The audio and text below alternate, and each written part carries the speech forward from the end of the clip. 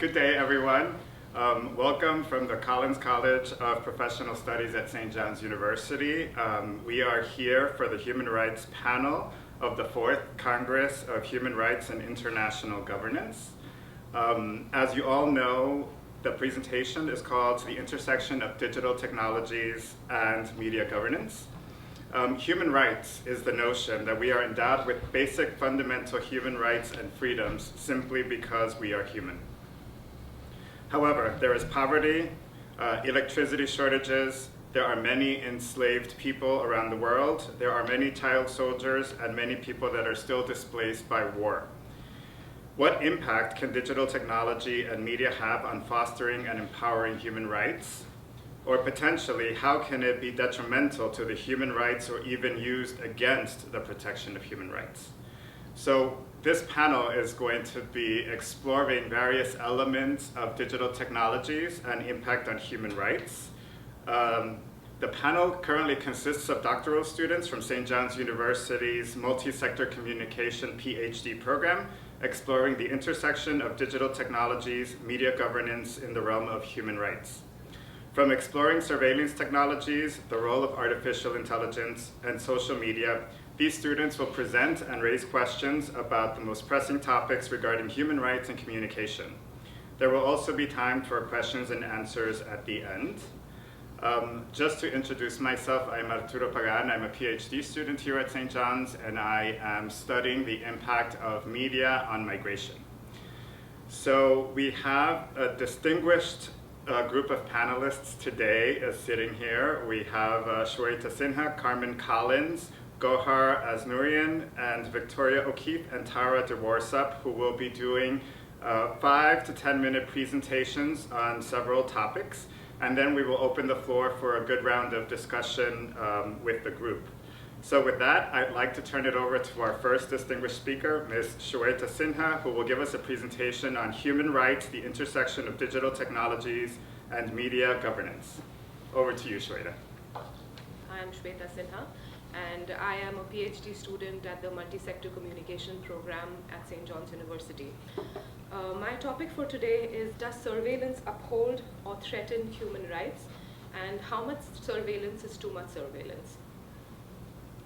An increase in the number of mass shootings in the United States, be it last year's shootout in Brooklyn, New York by an armed civilian, or mass shootings in schools, has once again brought the issue of surveillance and policing to the front and center.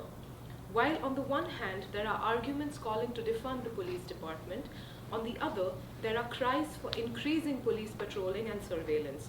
But when does policing cross over into the realm of creating a militarized police state? What is the tipping point at which surveillance stops being a mechanism to protect the citizens and in turn turns into a threat to democracy and human rights? New York's controversial stop and frisk surveillance practice, which is also called Terry stop in other places in the United States, involves randomly detaining, questioning, and at times searching civilians and suspects on the streets for weapons and other contraband. However, none of these surveillance mechanisms take into account the implicit societal biases that may skew the surveillance practice against certain marginalized groups. Around 90% of those who were stopped and frisked in 2017 in NYC were African American or Latino, mostly aged 14 to 24, of whom 70% were found to be innocent. This reflects the ways in which surveillance can augment further discrimination against the already marginalized communities. Further, studies have found that stop and frisk practices have not had a beneficial impact on reducing crime in practical terms. In fact, in one city in California, when the police were mandated to wear body cams at all times, the use of force fell by almost 60%.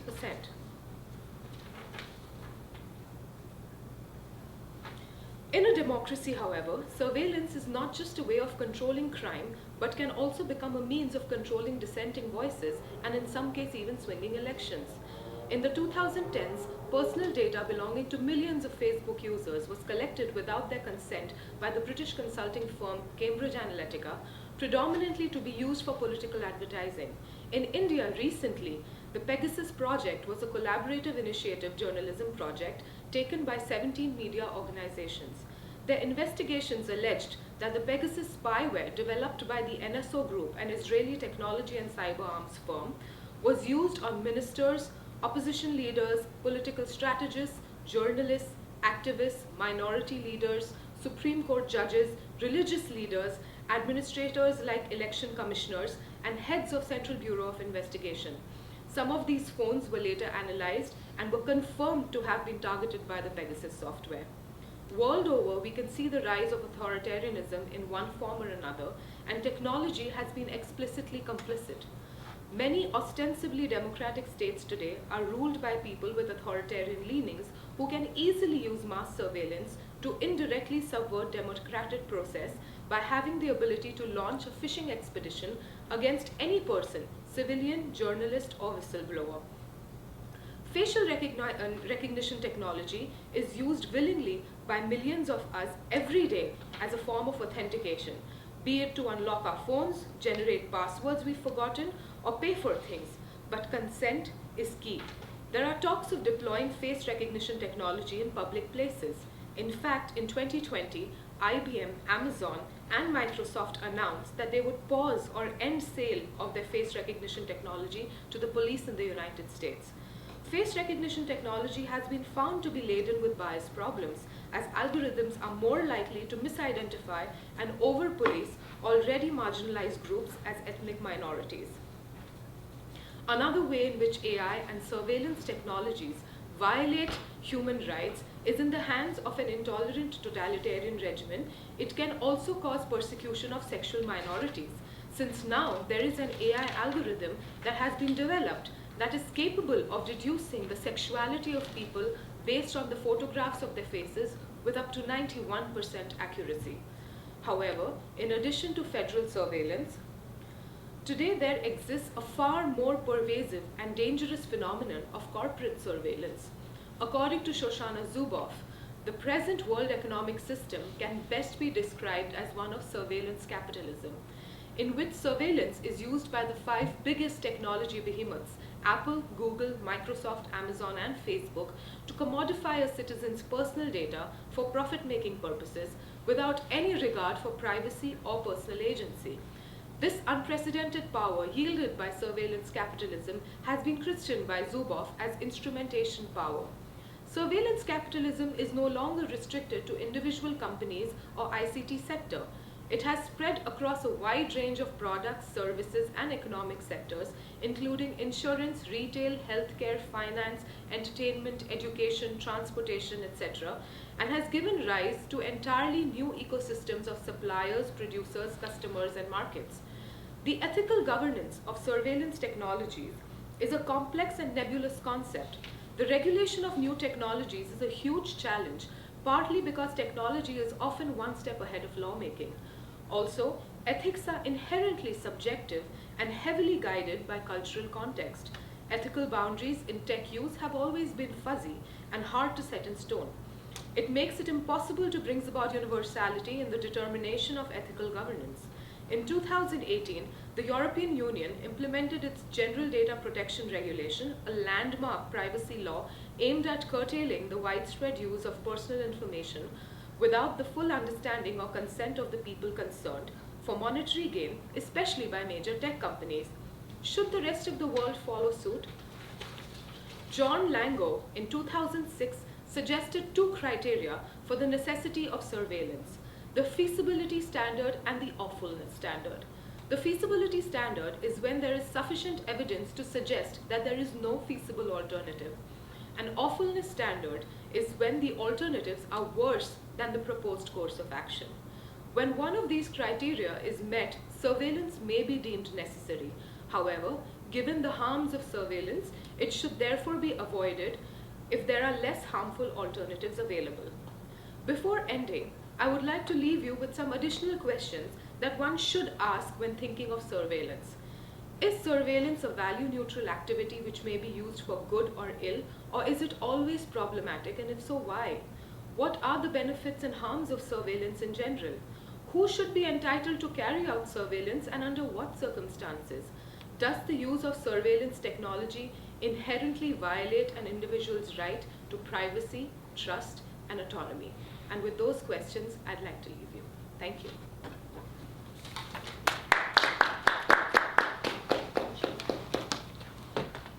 Thank you so much, Shweta. I think your presentation really covered a lot of what can go wrong with the use of technology in terms of safeguarding human rights. And I think our challenge is going to be really looking at surveillance and determining what is the good social value that it can provide and how can we harness that. But as you rightfully mentioned, a lot of times, technology is much more ahead of ethical and legal considerations and systems. So what do we need to do to mitigate that will be a question that we will follow up on after. With that, I would like to introduce our next distinguished speaker, Carmen Collins, who will speak to us about how should social media be regulated? Is social media a human right? Over to you, Carmen. So I first wanted to ask, how should social media be regulated, and is social media a human right? And this is something that I've been pondering for a long time. Why should social media be considered a human right? How should it be regulated? So I've come up with a few ideas as to why it should be.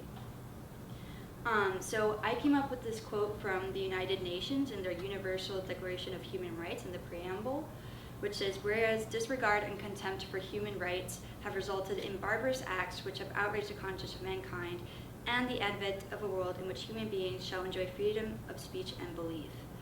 So while access to information and the freedom of expression are human rights, it is not universally recognized that social media itself is a human right. So social media is a relatively new technology, and it's not explicitly mentioned in international human rights treaties or declarations. However, social media can be seen as a tool that enables the exercise of other human rights, such as the right to freedom of expression and the right to access information. So there is a fine line between freedom of expression and over-regulation, and social media companies face the risk of over-regulating consumers. So how can we mitigate that? So I propose using a human rights approach that social media companies can use, called the United Nations Rabat Threshold Test. So what is the UN Rabat Threshold Test?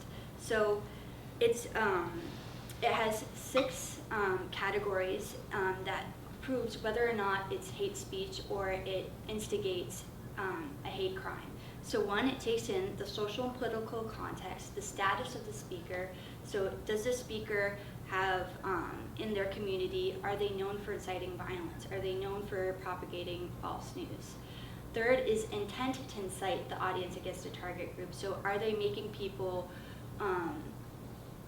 do something that is against their country's laws? 4th is the content and form of speech. So is the way that they're spreading information, is it legal, is it not? It all depends certainly on the content itself. And then 5th is the extent of its dissemination. So how far does this spread? And finally 6th, the likelihood of harm, including imminence. So is it very likely that whatever the speaker is spreading through social media, how likely is it that a hate crime will occur? So the term Rabat threshold refers to a standard set by the European Court of Human Rights in the case of Vigeland and others versus Sweden. So this standard requires that for an expression to be considered hate speech, it must meet a high threshold of severity, such as direct threats or calls to violence, rather than simply being offensive or insulting. So why use the UN Rabat threshold test to regulate social media? So it's an international legal framework approved by the International Covenant on Civil and Political Rights. It's a key international human rights treaty that many people in the UN, the majority of the world, can agree on. It has concise guidelines that can be applied in any social media context, and it defines clearly what hatred, hostility, and incitement are. So I just want to leave some food for thoughts.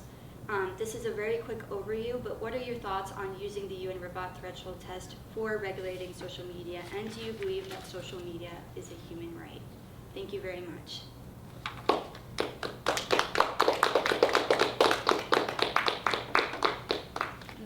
Thank you so much, Carmen, for an eye-opening presentation. Social media and the use of social media is quite interesting because we have seen recently many examples of social media being used for good and inciting people to demand change within their societies, but we also see that there are negative implications if social media is used for hate speech or to incite people, and so on. So it's a great discussion to have, and we will follow up with that later in our discussion period.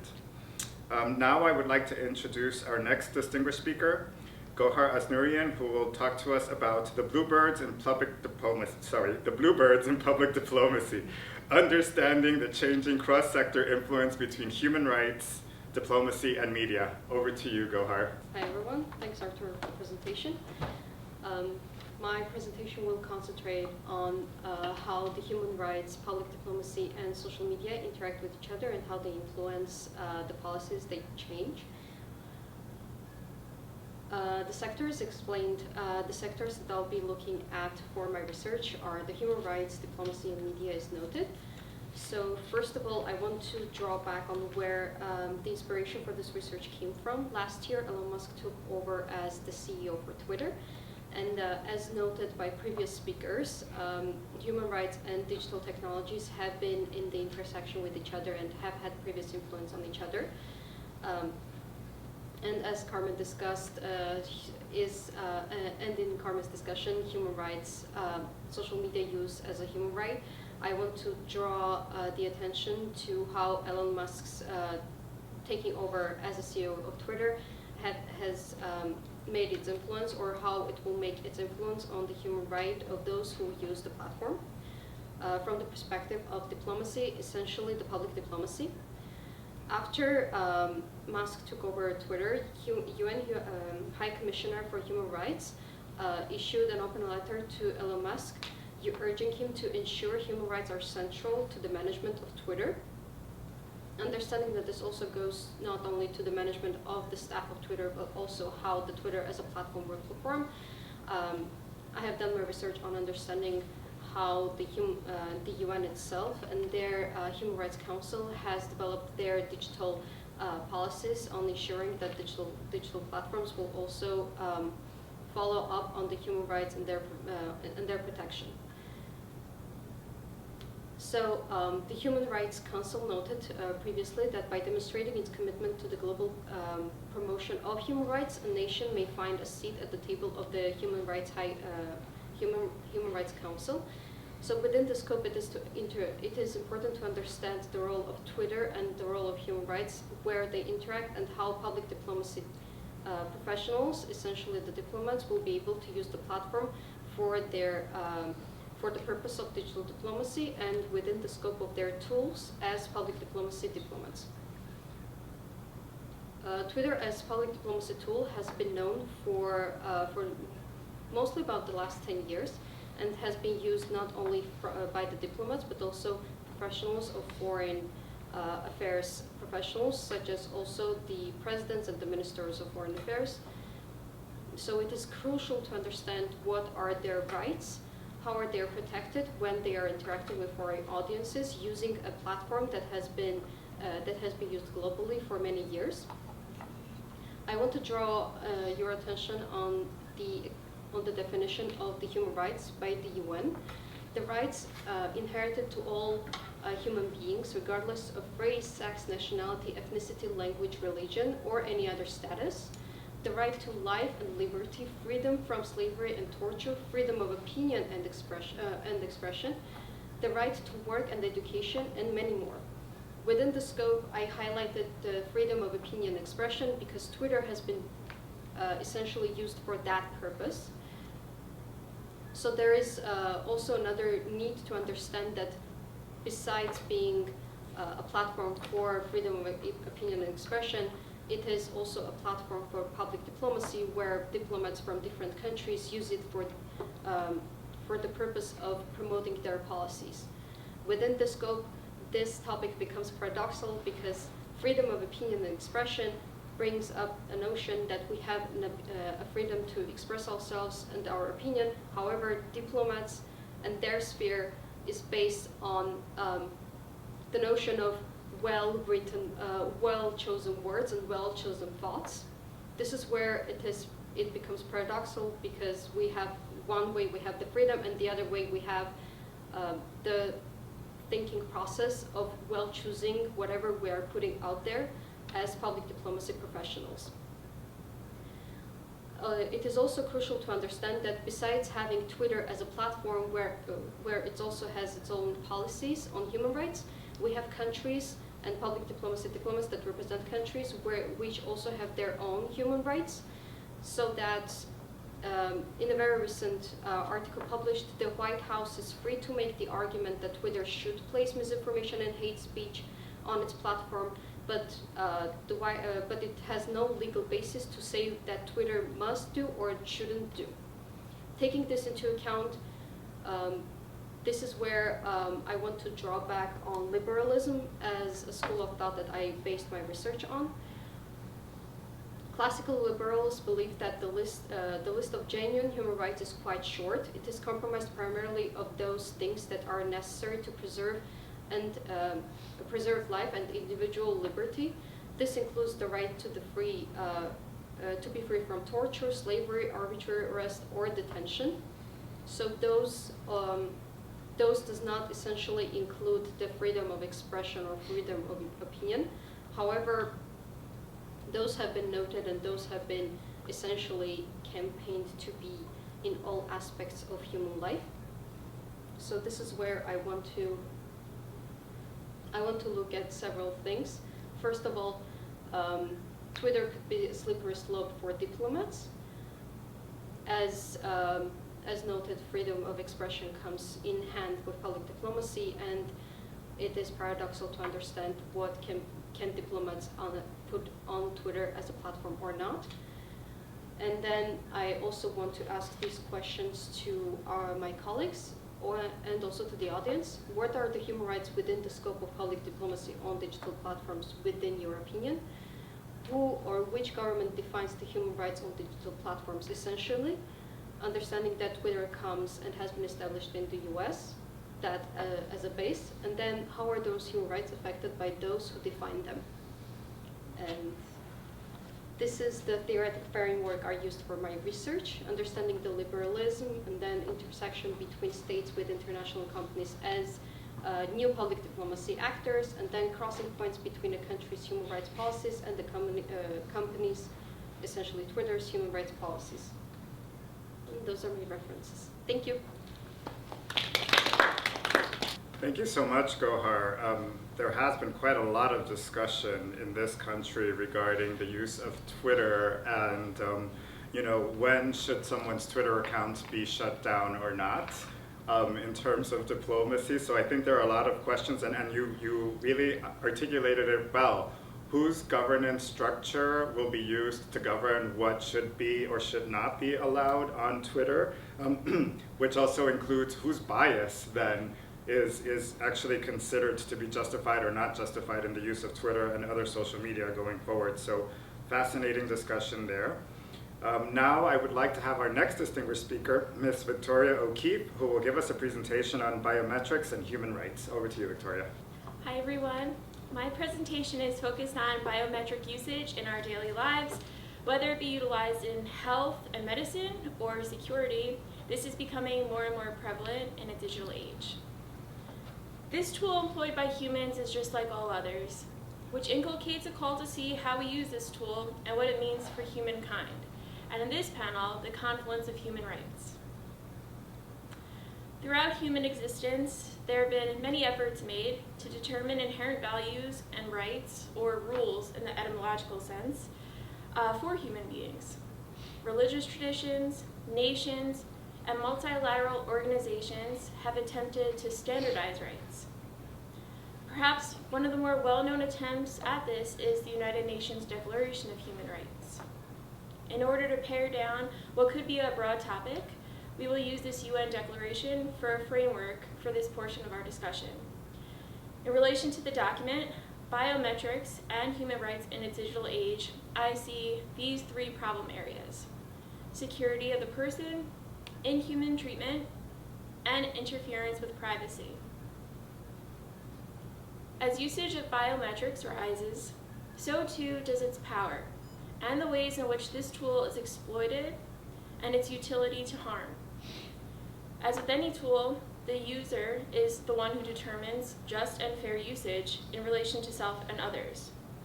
However, we have many widespread examples that point to malice and ill will with the use of biometrics today. Widespread data breaches across national boundaries and ordinances where parts of individuals' identities are accessed inappropriately continues to rise. Artificial intelligence now has the capability to spoof our voices, our face features, and the transnational and global aspect of technology in our digital age has implications worldwide. So this begs the question, a question that's been asked many times before: how do biometrics and the speed of technology force us to recognize a need for security or personhood? The tie here with biometrics is new, but again, how technology outpaces the ways we could regulate and secure people's rights and dignities is one that we are still trying to figure out. Once a piece of us, whether it's our fingerprint or our iris, goes into the digisphere, does it lose its function as part of personhood and elements of a human, of humanity? I may have more questions than I do answers, but there is a fundamental aspect to this new age tool, as with any tools that we use in our daily lives. It asks how humanity sees and treats one another. If we are to recognize every other person as one of dignity and one of human rights, someone who deserves secure personhood, then we could be more than just pieces of data ourselves. Thank you. Thank you so much, Victoria, for that. A lot of questions on the use of biometrics for safety, security, and also for you. I think you actually had a really good point, which is what happens when it goes out into the biosphere, right? Like now you use biometrics, whether it be your eye or your fingerprints, to access many systems. What if that information falls into the wrong hands, and how can it be used for greater harm? So a lot has to be done in the use of biometrics and considerations going forward in society. So thank you so much for that titillating dialogue. The next distinguished speaker that we have, the next and the last, but going strong, is Ms. Tara DeWorsop, who will give us a presentation on customizing social and emotional learning. Over to you, Tara. So, as we've heard from the other panelists today, I will also be touching on biometrics, but I'll be doing it in the relation to education, technology, and social emotional learning, and emotional artificial intelligence. So we'll start off with the dire. The kids are not all right. So we've seen over the pandemic and over the past 10 years in a CDC report that the pandemic has caused widespread harm to students' mental health and social emotional well-being, rising suicide rates among youth, and soaring mental health challenges, especially among girls, were on the rise before the pandemic, however. And engagement in particular has been an issue. Students grew more bored, quote unquote, and more disengaged the longer they progressed through school, surveys have shown. And we've seen a rate of increase over 1 year in suspect of suicide attempted among girls aged 12 to 17 at 51%. And we've seen just overall the environment having a lot of stress, with more than 1 in 360 students losing a parent or a caregiver during the pandemic.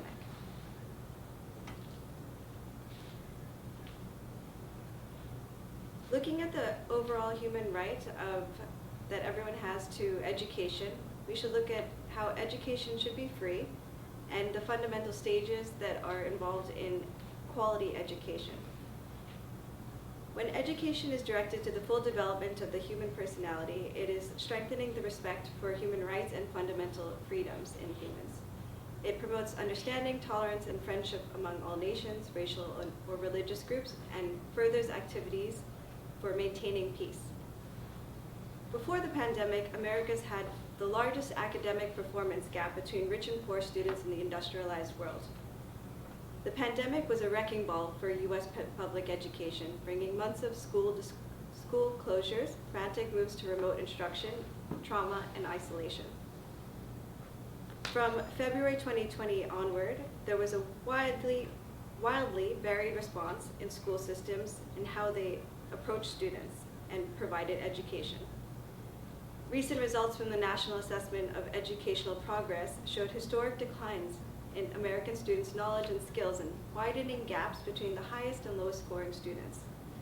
The vast majority of K through 12 students have suffered significant learning losses of half a year or greater. Learning losses were smaller in 21-22 when more schools were open, but substantial numbers of students have continued to fall farther behind normal levels of learning for their age and grade.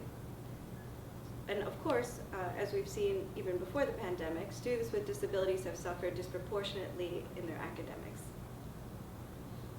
Looking specifically today at one issue, chronic absenteeism, it is a critical problem. And due to COVID and other factors, the percentage of youth who are chronically absent in New York City schools has skyrocketed to 40%. This means that they've lost at least 18 days of schooling. Recent absenteeism rates show an alarming pattern that while 40% overall chronic absenteeism has been shown across different grades, that rate is actually higher at 45% for youth in poverty, 50% for youth in Manhattan and the Bronx, and nearly 50% for Black and Hispanic youth, according to Department of Education data.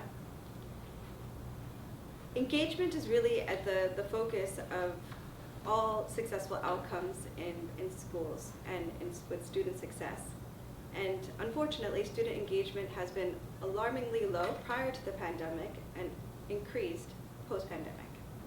Out of 5 million grade 5 through 12 students surveyed by Gallup in 2018, 29% reported being not engaged, and another 24% they felt actively disengaged in learning. Motivation and morale, of course, has dropped further in the 2020-2021 school year, according to data in EdWeek's Research Center. And approximately half of students reported feeling less motivated in class and experienced lower morale. Teachers' responses have been even more dire, estimating that more than 80% of their pupils were less motivated and had lower morale. So this is the dire situation, and to look at a possible intervention and solution, there are many that are being tried right now, but we've seen that social-emotional learning has proven an effective intervention and solution, and this is shown to improve rates of engagement and motivation in students prior to the pandemic and after the pandemic.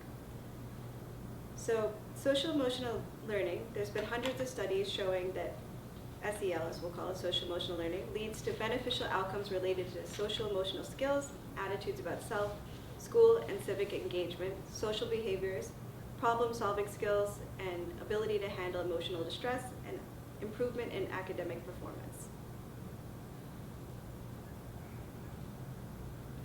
The pandemic has allowed us to upend old norms. Social-emotional learning, as you can see in the chart to my side, it is a process through which all young people and adults acquire and apply the knowledge, skills, and attitudes to develop healthy identities, manage emotions, and achieve personal and collective goals. It helps them to feel and show empathy for others, establish and maintain supportive relationships, and make responsible and caring decisions. Critics believe that social-emotional learning is about indoctrinating students, which is wholly inaccurate. Social-emotional learning is about teaching students about empathy and how to self-regulate behavior so they can better deal with stress and anxiety and be better engaged in school. Hundreds of studies have showed that SEL has led to beneficial outcomes, and in particular with students with learning differences, disabilities, and other complex needs, they have benefited from opportunities to adjust the pace of their learning, participate in virtual class free from stigma, and collaborate with teachers in ways that would not have been possible in a traditional classroom that had not integrated social-emotional learning. So while the disruptions to schooling during the pandemic hurt many students, they've, as I said earlier, upended norms of a system that too often have failed to serve students well. The disruptions have created opportunities to experiment with new approaches, which has led to us integrating more uses of ed technology.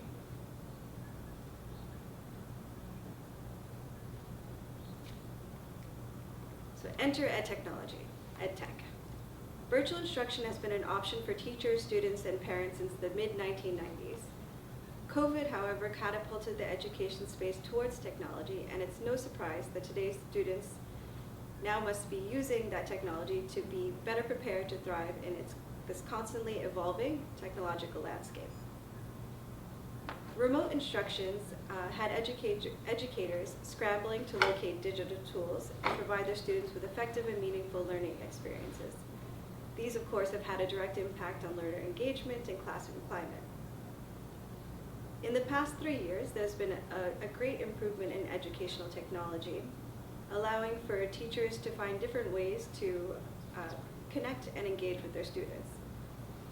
So advances such as continuous improvement in miniaturization and performance of hardware, the development of various multimedia contents, so that includes video as well as audio and not just textual learning, the evolution of artificial intelligence-based adaptive learning software, so that's software that learns as you go so that you're always being challenged and it's going at your own individualized pace, and the universalization of interactive internet services, which has given rise to a variety of initiatives, including bring your own device policy, the one laptop per child project, and online learning approaches that include digital textbooks. As technology gets smarter and continues to empower us, these tools will not only be required, but they will be a necessity that has to be paired with social emotional learning skills. So empowering student voice and ensuring that learning is a student-driven process is also a top priority. You see on the screen that the International Society for Technology and Education, they've looked at 3 different standards amongst 7 different standards total.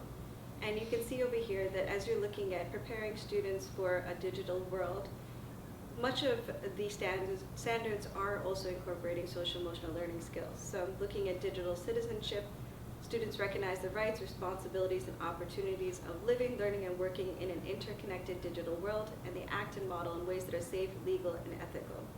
That, of course, reflects back on community awareness, self-awareness, and safety practices. And in creative communicators, students communicate clearly and express themselves creatively for a variety of purposes using the platforms and tools available that are appropriate to their goals, and the global collaborator, where students use digital tools to broaden their perspectives and enrich their learning by collaborating with others and working effectively in teams locally and globally. All of these technologies require a design thinking skill set with empathy for the user experience prioritized. They are mindful by design. So emotional artificial intelligence and ed technology. We've seen that facial recognition technology is now being introduced across various aspects of public life. This includes burgeoning integration of facial recognition and facial detection into compulsory schooling to address issues such as campus security, automated registration, and student emotion detection. These, of course, have both good sides and bad sides. The good, education ed tech companies have been able to use emotional AI to quantify social emotional learning. It's focused on facial coding in emotional AI that uses computer vision and algorithms to see, recognize, categorize, and learn about facial expressions of emotion to track engagement, learning, and understanding. Facial recognition technology can be programmed to recognize these nonverbal expressions and emotions, though as professors have attested, these emotional levels of the class have been having mixed reviews in terms of reliability, which is a good segue into the bad. As we've heard from the other panelists today, there are many challenges with facial recognition and using biometrics to track human interaction in a variety of contexts, including education. There are issues with bias, where facial recognition being welcomed to children's classroom creates situations ripe for discrimination, and it also disproportionately affects Black and brown children, as we've seen in the past. There's also the issue of consent, and the concern that children are much less aware of their data rights compared to adults. And although there are special provisions and safeguards for children under a range of data protection legislations, the use of facial recognition technology in children could pose unique privacy risks.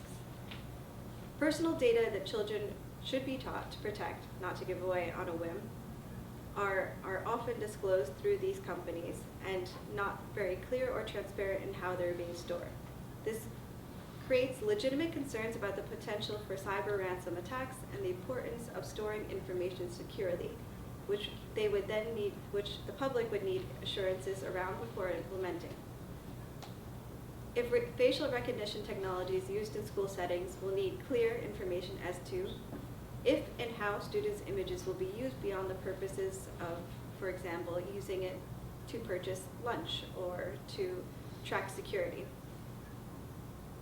Constant surveillance also has the other possible impact of increasing student anxiety and stress, particularly if captured data is being used for student assessment, monitoring, and disciplinary decisions. In conclusion, technologies are not innately bad or good, and neither are they neutral. The nature of technology is not fixed, but comes into being in relationship to people and its usage. Leaders in both the public and private sectors have increasingly acknowledged not only the responsibility they have to ensure youth are represented in decision-making, but also the promise youth engagement holds for bridging generational gaps in perspective. We should use this acknowledgement of the importance of youth voice and involve them in these policies around technology and education spaces. As Youth and Media team at the Berkman Klein Center for Internet and Society has found, youth engagement offers a wealth of insight for companies hoping to design more relevant and inclusive innovations, navigating complex and dynamic technological worlds, and identifying organizational blind spots. Young people have themselves expressed a growing interest to be actively consulted on issues that are of importance to them. The example of climate change and youth leading advocacy rights as an example. So I leave you with this question: how can we integrate youth voice? In a way, they are the digital natives, the ones that have grown up immersed in digital technologies, and alike fully integrated with digital devices as the norm. Their voice cannot be excluded from the conversation, and I challenge you to join me in the conversation and brainstorm how we can most effectively and safely integrate all voices in the conversation. Thank you.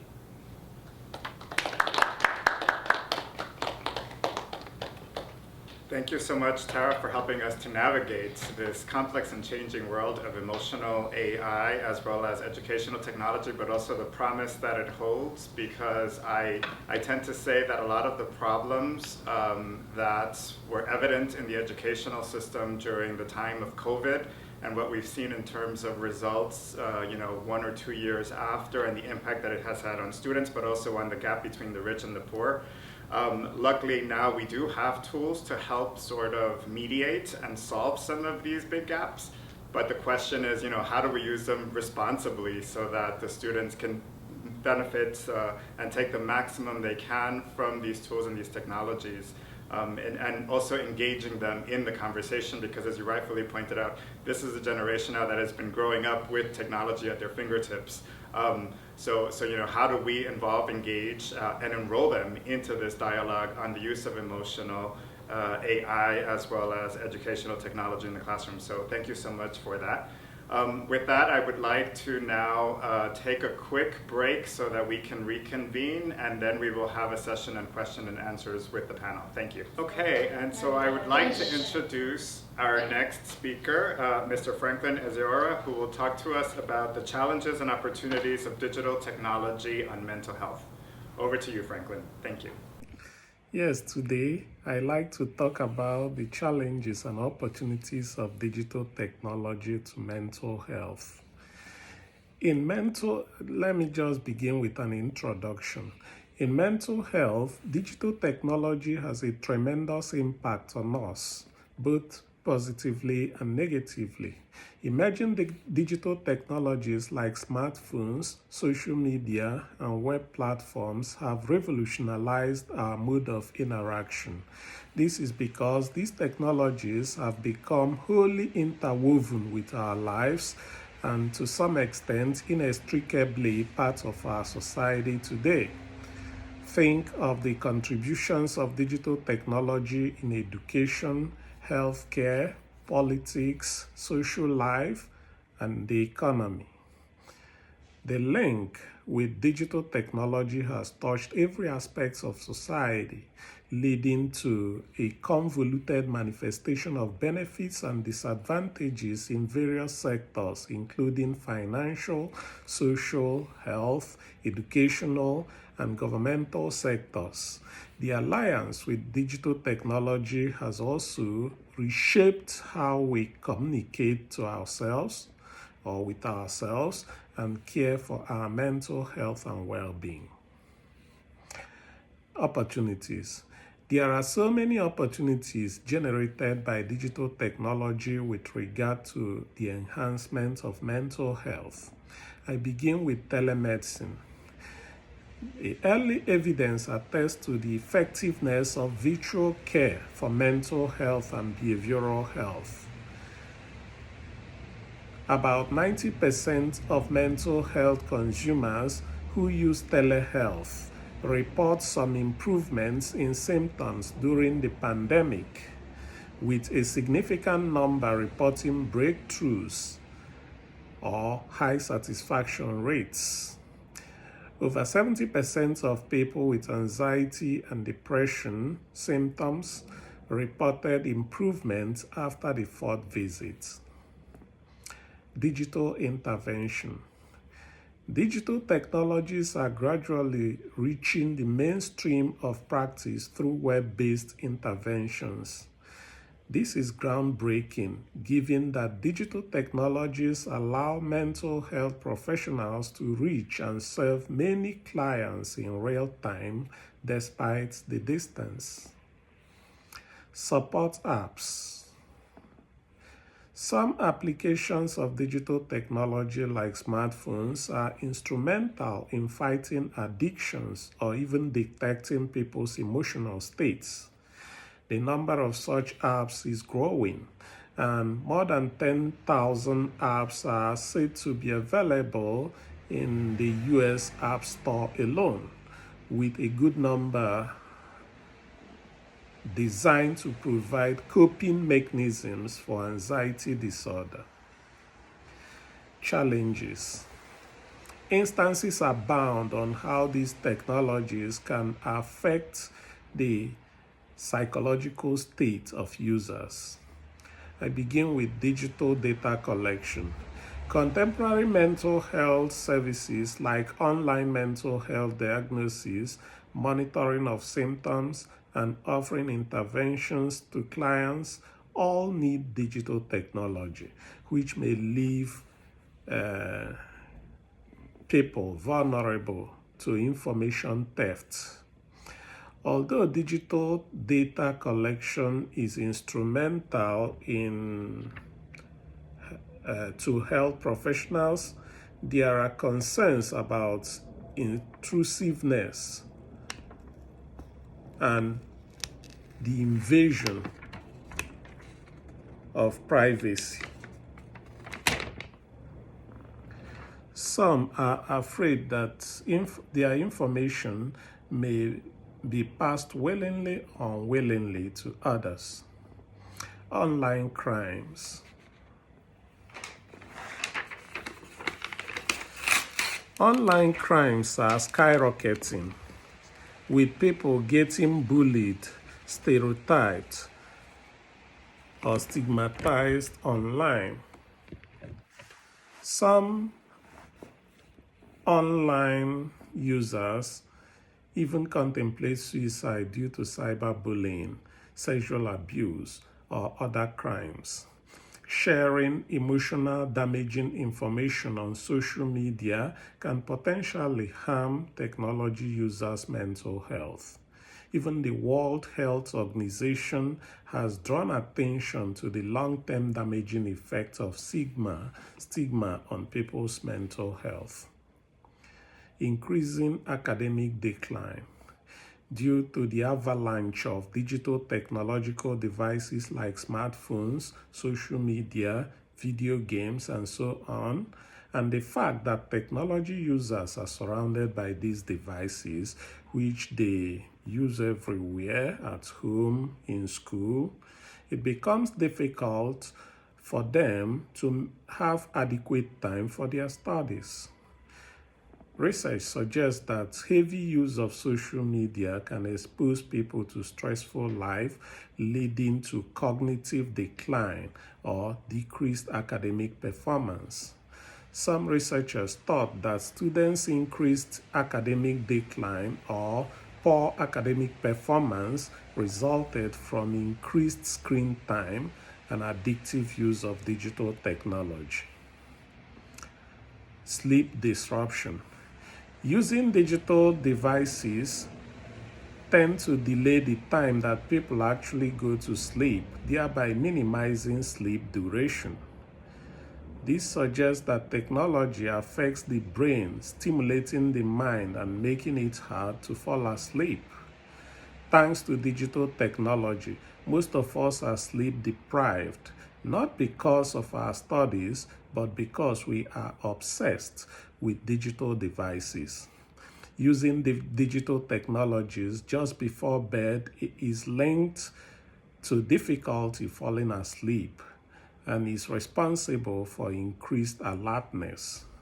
Some researchers suggest that bright screen lights, which can stop our bodies from releasing the sleepy hormone melatonin, can negatively impact our sleep. Again, people can become absorbed in their digital technology beyond the usual bedtime, often called bedtime procrastination, thereby affecting sleep quality. Some researchers draw attention to the concern that frequent use of digital technology can even heighten attention deficit hyperactivity disorder, ADHD symptoms, and interfere with emotional and social intelligence, leading to addictive behaviors, increased social isolation, and interferences with brain development and sleep. Snapchat dysphoria. Snapchat dysphoria is a mental health condition characterized by an obsession with thoughts about perceived or imagined body defects that warrant exceptional measures to hide or fix on the part of young technology users. According to recent data, about 55% of plastic surgeons report that their clients demand plastic surgery to look like selfies on social media or to look like their favorite celebrities. Such clients want to look like the filtered version of themselves with fuller lips, bigger eyes, or thin noses. Now, the way forward. Digital technology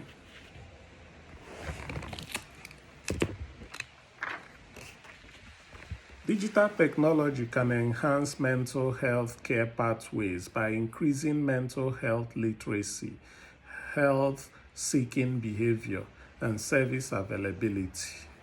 Keep in mind that people should not be discouraged from using digital technology, but must be made to pay close attention to specific psychological symptoms in cognition, thoughts, or behavior, and should remain aware of the importance of seeking help when needed. Digital technology can boost our mental health services by tailoring interventions to client symptoms and increasing required network coverage. In other words, digital technology benefits should be maximized to enhance the therapeutic process and outreach for the benefits of technology users. Meticulous monitoring of some digital platforms like social media is essential to keep users' mental health in check. The government's move to sensitize social media companies on content moderation is a step in the right direction. Paying close attention to content people post online would help stamp out bad actors or crime perpetrators so as to keep users safe. Conclusion. Technology can have a significant impact on users' mental health and physical health. However, the overuse of digital technology can herald the onset of psychological symptoms such as distraction, narcissism, anxiety, the anticipation of instant gratification, and even depression. Besides the effects on users' mental health, the heavy use of technology can negatively impact our social life and communication. Luckily, there are some remedies for these health issues. Thank you so very much for listening. Okay, thank you and welcome back. This is going to be a Q&A session. I have some questions that I will ask of each of you, but I want this to be a conversation, so I also invite all of you to contribute to the discussion that we're having and ask any questions that you may have as well so that we can have a very good dialogue. So with that, Shweta, thank you so much for your presentation. I have one question to begin with, which is, can surveillance mechanisms be used to reduce crime without falling victim to bias? That's a very interesting question that I have been asking myself as well. And unfortunately, I don't have the answer to that because surveillance technologies, like I was saying, they're still in that stage where we know how to use them, but we don't know the limit up to which to use them. So it's a very good question. I just wish I had an answer to it. But I think there are checks and balances that can be put in place. Like, for example, the EU has the GDPR, which is being used to control institutions. And as Carmen mentioned, there is the UN Rabat threshold that can be used to regulate individuals. So if I think individuals and institutions can together be sort of regulated in the way that they use surveillance technologies, maybe there is some hope. But it's a really difficult question to answer because there are both sides, and we all see both sides of the spectrum. So yeah. Thank you so much. Further elements of things that can be studied. So I have a second question for you, which is, we discussed today spyware as well as biometrics. So the combination of both can be really a bit dangerous. But I guess my question is, can spyware be regulated? Again, I really wish I had the answer to that, and I wish the answer was yes, it can be. But I think a lot of these questions once again revolve around who has the power and who has the control. And people with the power are the ones that usually have the ability to regulate and control these things. And ultimately, it will depend on the intent of the people that have the power to regulate. So if the people who are in power use their intent appropriately to regulate things in the correct way, then yes, spyware could possibly be regulated and could possibly be controlled in a way that's not harmful. However, who is to speak of anyone's intent in today's world? So I wish the answer was yes, a definitive yes, but my answer is I hope so. Thank you so much, Shweta. You actually really raised an interesting point, right? Which is, all of this technology, which can be used for good, unfortunately is as good as the people that are using it and the people that are behind it, right? So the reason why I really love the topic of today's conversation is that in each of the presentations that you gave today, there has been something in the media recently that has sort of evidenced what are some of the concerns. So, just this week there was an issue where the owner of Madison Square Garden was recently under fire for using facial recognition to prevent people that it didn't want from coming into events. What are your thoughts on this? This is a recipe for creating more bias, right? Because use of facial recognition technology for, say, hindering crime by the authorities versus making it publicly available to everybody to use. And it's again, especially when facial recognition technology has already been shown to have inherent biases. It's just a recipe for disaster, and it's a way of making sure that you propagate more bias into a system which is already biased.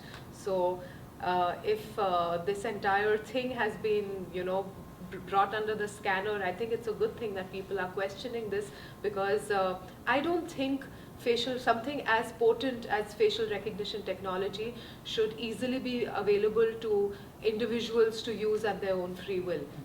Because clearly there's no concept of consent involved, unless there was prior consent involved, where at the event it was clearly mentioned that there will be facial recognition surveillance, and so at your own risk, be free to attend the event.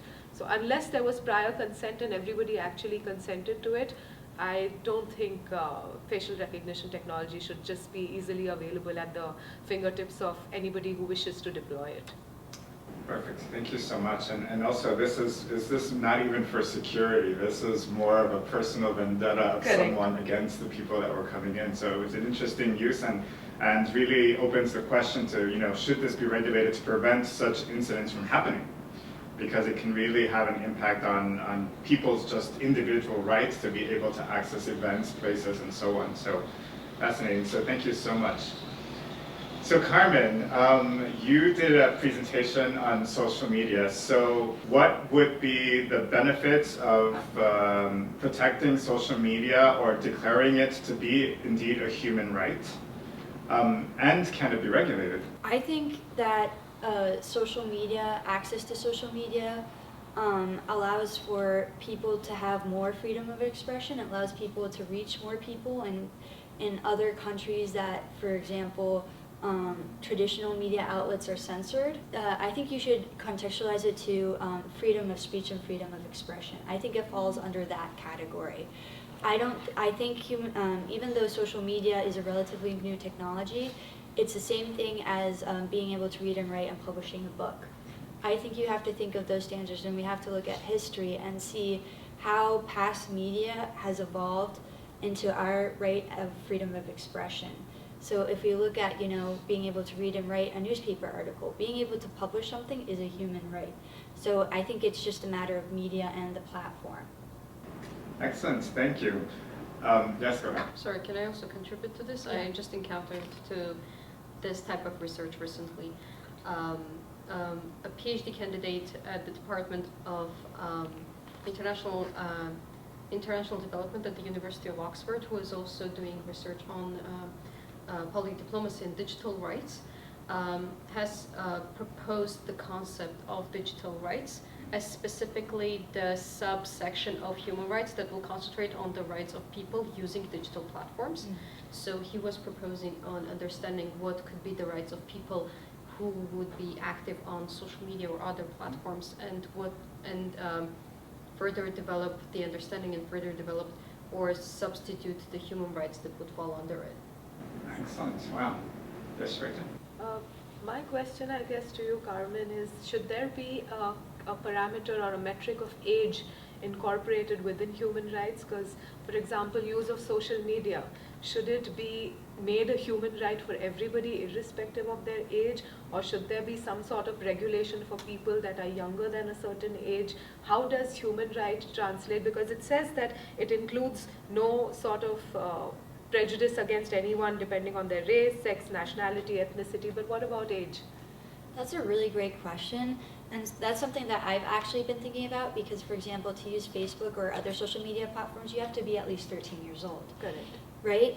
And I think, when we're learning to read, we're just 5 or 6. So I think that as soon as we're born, I think social media companies, governments, any type of body that regulates should give human rights to children. For example, in Germany, you can't publish photos of your child without consequence. So I think you have to think about how social media is used and how to protect those rights, even if the platform can be detrimental. So if social media is, you can't use it until you're 13, well, what's the reason for it, right? I think we have to look into what's the reason, like how do we protect their right to privacy, for example.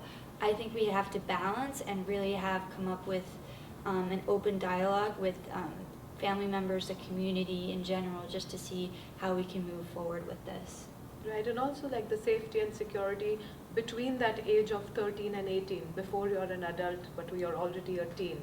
That precarious age where you are allowed to use social media, but there can be so much harm that can come upon you, whether something as simple as, you know, pedophilia, or people that are grooming the kids online. So right, that's a huge problem, because before the advent of social media, you had pedophilia rings, right?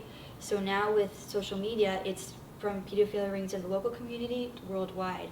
And I think that's a body of work that you can that we really need to look into, and that is a pressing issue that we need to do more research on.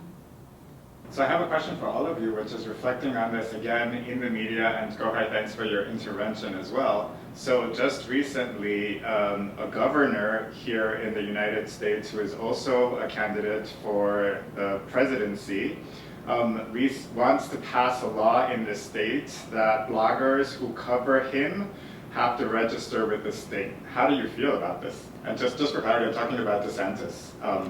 And you know, he really wants to pass a law that anyone who writes about him on blog sites has to register with the state. The law is specifically for him as a person, or for any candidate? This is for him, anyone writing about him. Yes. Just a clarification. Okay. That's a great clarification, and I think that this opens the door to the legitimacy and weight we put on bloggers and on social media. We now have presidential tweets, and we look at a whole different way of looking at the weight of social media. So why not actually create and treat bloggers the same way you would treat press? So if you're going to have a press room and you're going to have to register and go through certain amounts of standards and say that you're going to work within certain requirements, I think that that's valid, and he might be the first person to do it, but I don't necessarily think that's a bad thing to set the standard. Okay. I would just say that journalism is kind of different than blogging. However, for the bloggers, essentially they're using their platform to raise their voices, to raise questions about certain things. And for me, it's quite difficult to see how bloggers will cover not just specifically him, but for example, other candidates for presidency without expressing their opinion in full. So this will essentially limit their freedom of expression and freedom of sharing their opinion. yeah, I kind of agree. I think it's also kind of a form of gatekeeping, because it's not very easy. I mean, different people belonging to different sections of society. I don't know how easy it is to go and get yourself registered, and even if in terms of your privacy or in terms of, you know, maintaining your own security, because a lot of people blog under, say, a pseudonym. Correct. And they don't want their identities known. So it can, while it is important, like Tara said, to establish the legitimacy of a person making a public opinion, but it can sort of gatekeep people in one sense and infringe upon their privacy and their right to express themselves while remaining sort of anonymous. So yeah. There's something called the First Amendment to the United States Constitution, which if you were to pass that law, I would feel would be in violation of that. So the First Amendment provides that Congress make no law respecting an establishment of religion or prohibiting its free exercise. So when you're telling bloggers that they have to register within the state, I feel like that's a way that could create bias for people who want to express their freedom of speech and expression. So, you know, DeSantis is saying, oh, if you're a blogger, you need to register.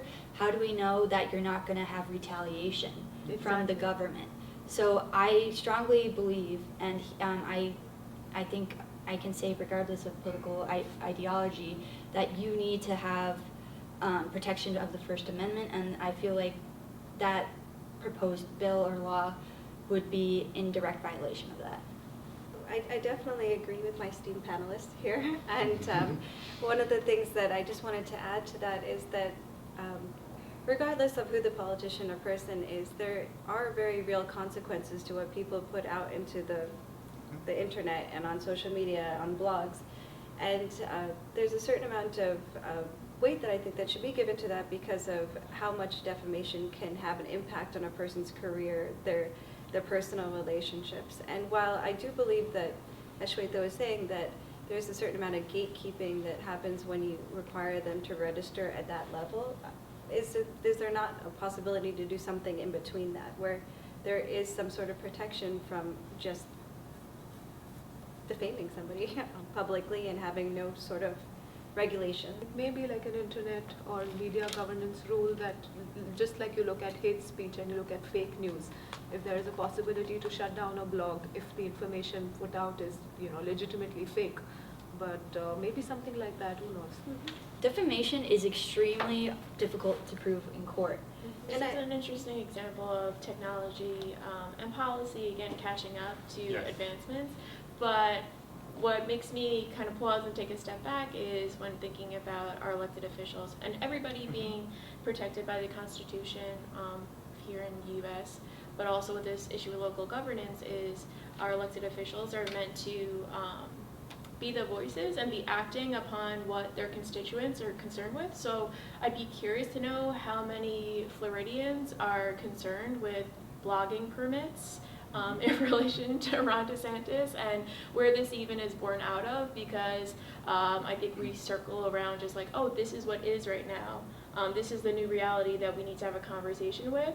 But I think we could go a step before that and say, well, our elected officials are our civil servants, the people who serve us. How are they using this power? Which is something that's going to come into this whole conversation again and again, I think.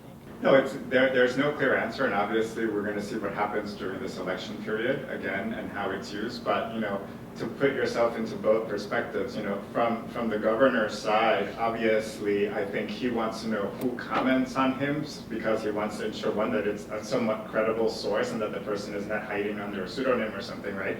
To be able to just respond to some things that may or may not be accurate information. From the other side, you can see it as a form of control, a breakdown of the First Amendment rights of expression. It really determined, we have to see how this whole process sort of goes along this year in the elections, and what is the role of both social media and the perceived crackdown of social media now happening, or that may potentially happen, has on the impact of the election going forward. So it'll be fascinating to see what happens in Florida, but also across the country. Great, thank you. Gohar, because all of these topics are so really nicely linked together, I can share with you that in one of my trips for work recently, I discovered that one of the people that was a member of the UN country team was declared persona non grata by the government for tweeting something that was perceived to be speaking against the government's perspective, right? So here, how do you see that balance for diplomats and other people who use Twitter as a means of getting a point across, but it may have other implications for them, which may be detrimental to the work that they're doing in the country. So I don't know, any thoughts on that? Sure. This has been a topic of discussion that has also been raised during my exam, if I'm not mistaken. So essentially, what countries propose to do is that, for example, I just want to draw back and find that specific thing. Yes. So I read this in the news on a website that in its guidelines, the Department of U.S. Foreign Affairs, State Department, calls social media an important means to advance the U.S. foreign policy, and explicitly encourages its workers to use Twitter, Facebook, and other social media for their diplomatic pursuits. That just put it that way. And then, however, if they are not given an official account that just says that this is a government representing person, their tweets and all of their posts are being specifically reviewed before they are being put out, because whatever you put out there, it stays there even if you delete it, because someone will definitely screenshot it. So a solution for this for example, given that that was a person from a UN country team, so he belongs to a concrete institution that is supported either by the government or by the UN, because it's a cooperation essentially. One thing can be a creation of policy that will advise and review every post that will go out by a person who works specifically there, because those people are protected, if I'm not mistaken. They have a security protection, but whatever digital harm there can be for them, I don't know what type of protection there can be, but if they put out there something that will essentially revoke their position or make them leave their job, that can be either reviewed or there should be a person who will regulate everything by the by the people, all of the posts that will go by the staff of those organizations or governmental institutions. No, I think that's actually quite a good solution. I think the challenge is obviously people want to react because sometimes they feel that if you don't react immediately to something that comes out, that silence is complicity, right? And so that's, I think, the challenge is that given that, like, you know, overall you're working in a global institution, it's kind of hard to have a review mechanism in place if you want to respond quickly, because time is of the essence in the response. I think that's a bit of the challenge that they may encounter. But then comes this notion of when you work for something or for an organization or for an institution, essentially you agree to the ideology of that organization or institution, right? So when something comes up that you agree with that's against whatever ideology you work under, then comes the decision-making process of if you belong there or if you should leave that place. Correct. That's the conflict. Good, thank you. So again, given this topic of discussion, just this week, I have been following the Congress Oversight Committee's hearings on the closing of Twitter accounts, particularly in relation to the Capitol insurrection, where there were very heated discussions on whether Twitter should have had the power to close down the accounts, even if temporary, or not. Do you have any views on that? That comes from the quote that I said during my presentation, that the White House is free to make that argument that Twitter should do or should not do something. But of course it's up to Twitter by the end to do it, because Twitter is essentially, if we look at it from the public diplomacy lens, the company is an actor themselves and they have their own policies. The question is, one of the questions that I asked during my presentation is who makes the policies or who dictates the policies. For example, the US or the White House could have easily argued the decision by Twitter to block some of the accounts or temporarily terminate the account activities, but of course it's up to Twitter by the end to decide, because it's their organization and it's their platform.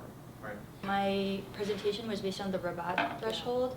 So, when we look at private entities and like also government bodies, I think they should be all held to the same standards. So not one specific company can dictate what they want just because it's their company. We live in a society, and I think in a society, everyone should be held to the same standards. So I chose the Rabat threshold because it's an internationally legal framework that has been written by the United States and by on an international level, or like hundreds of different bodies. So if you use that legal framework that can be used on an international level, why should one company like Twitter just hold their own policies and standards? That affects millions of people and the digital and public safety of our country and many other countries in the world. Oh, very good, thank you. And we've obviously seen that with the change in ownership of Twitter, there were reversals on some of those closed accounts, and again, so the power of deciding is on one individual, really. So I think this is where, there has to be a lot of discussion going forward on the use and internationalization of some of these standards. Otherwise, we are subject to the whim of whoever has the money and runs the company. I would love to look at numbers and see, for example, which country has the most accounts banned. within the help of a social media to understand the influence that those countries may have over those platforms, and vice versa, if there is a cooperation of any kind, and how the policies are influenced within each other. So that's a good study topic for any of you students that are watching this presentation and this fascinating debate. So yeah, I'm sure we'll see many more papers coming forward in the future on these topics. So Victoria, Apple and other technologies by phone are using biometrics to be able or allow you to access all of your information without having to require passwords, numbers, and so on. What are the benefits or risks of this? I feel as though the risk outweigh the benefits, and that's a personal opinion. When we look at Edward Snowden and all the companies that were named with the NSA and information and data breaches, Apple was one of them. But how many of us are so quick to just, put our face right into that device, and then do we know how it's stored, where it's stored? There have been numerous breaches in recent years where millions of pieces of personal information, biodata, has been accessed because, one, it wasn't really encrypted by these companies that we're just easily giving our information to out of a sense of ease or convenience or whatever it may be. Or also artificial intelligence now and the people who are behind programming and the way that that is playing a role in capturing this information that can easily be replicated, we're seeing. It's unique to us. Our fingerprint and the minutia on our finger pads is unique. Our iris, that's all unique, but it can be replicated with this new technology as it continues to advance. So I say the risks abound. There's plenty, because I think a part of our conversation in this digital age is seeing how we're constantly trying to play catch up. How do we regulate? What do we do now that this is our reality? But a lot of it is also kind of taking a peek at we are the people that are using these devices. It's on the user to be wary on what they do with this information. Also recognizing that in our life, as it becomes more and more prevalent, I remember you were talking about MSG, how many people, the whole element of consent, even knew that this was being utilized. What's common property now? Is us walking down the street and our image being captured, is that common property? Is there an element of like, this is our personhood, this is our humanity that deserves protection? Going through the airport, if anybody's a traveler, anybody who made their way to the conference in Tenerife in person, was biometrics used in the scans of going through customs, either with your fingerprints or going through their surveillance system? Odds are it was. But again, things that sometimes we're conditioned to accept almost as it becomes more and more prevalent in our society. So it comes down to the user and care and concern, but they're definitely just in recent times, and the amount of breaches in this information and misuse with it is definitely a cause for us to be paying particular attention to this and to do something about it as a collective, as a global community. I should say too in this point, because this whole conference is focused on human rights, it's so easy to see the violation of human rights. And so there's something, I'll be curious to see if anybody gets to the essence of why our human rights are violated to begin with. But in specifically like with my conversation on biometrics, this is a little bit of a global class issue when we're thinking about things like iPhones, traveling through airports and going into major stadiums, where largely this is affecting people who have plenty of resources. Mainly, let's say, the West or global North. So it's a consideration to say, like, well then how do we even layer, where do we begin with human rights when all different sorts of rights are violated? When we talk about security and personhood, rights of food, safe water, and now something like biometrics comes into the mix, and we're thinking, well now what do we do with the human rights in this aspect of our daily living when we still haven't even got some rudimentary ones covered yet in our global world. So it's really tough and tricky. We'll see how it plays out. Victoria, definitely thank you for that. And it just made me think of a few different things.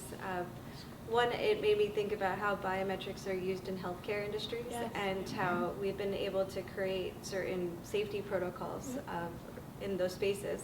But then it also made me think about how when you're talking about the global concerns in healthcare, and how there are many nonprofits that are using technology to do eye scans and going into different areas where maybe they haven't had as much access to technology or awareness of its use or the concerns with how their data might be stored or used. And when we're doing humanitarian efforts to provide healthcare solutions in these areas, what can we be doing on a large scale to make sure that it's protected? How can we be taking things like HIPAA and being used it on, applying it on a global scale? If we've been able to figure it out within the United States to a certain extent, is it because the penalties are so high that then you now have an incentive to follow the law and protect that data? Is it healthcare industries have notoriously high insurance that they have to buy into. Maybe it's requiring that companies do have that kind of cost so that they take it seriously. There is an industry, as I'm basically postulating, is that the healthcare industry is one that maybe we can model in terms of looking at biometrics and how we can apply it across different industries. I think there's a larger discussion here on can we secure personhood? Because, just this morning I was listening to a podcast that said, people are so willing to give away their information and they don't realize they're doing it, right? So like on Facebook, all of those apps to have an avatar created, so someone has your image, your picture, and your close-up picture too. So it's not, and I always sort of suspect that every time you go up like the One World Trade Center, the Empire State Building, where they force you to take a picture before you go in, obviously they're monitoring who's coming in and who's going out, and they have picture and evidence, right? So can or do we have a right to secure personhood, but when we're also contributing to the problem because we're freely giving away information, right? So then what is the expectation of the legal systems to then protect you should something go wrong? So there's a lot to be explored in that topic, so thank you so much for that. We won't get to it in the interest of time, but again, for those of you watching, great areas for future research. So Tara, thank you so much for talking about the use of EdTech. So I guess I would like to ask, given that EdTech really hopefully will have a huge impact on youth, can you give us an example of how youth voices have been integrated into this discussion? What is their perspective? What do they think of it? Within my work for a youth-focused, youth writing program that has been using youth stories into curricula and professional development for educators, I've noticed that when you're working with youth, there is a certain amount of onus and responsibility when you're asking them to be advocates for their own rights, or when you're asking them to advocate for climate change, or to sit on student boards and talk about education policy. And in a larger scheme, I've noticed that there's been an issue with asking students to also be the teacher at a certain point. And when I looked at ways of responsibly integrating youth voice into advocacy and making change, I came across this model where they're using youth voice in writing programs where they can talk about their own narratives, their own issues. So, for example, a youth that has dealt with the foster care system, who has lived through it, has a very unique perspective of going through that entire system. They know intimately what the challenges are, where there are successes, where there are failures. But quite often those are the voices that are not heard at the table because of their particularly vulnerable situation. So how do we get those voices into a larger sphere while also making sure that we're not being exploitive, or we're not putting so much responsibility that it's requiring them to be overly burdened in making sure their voice is being heard?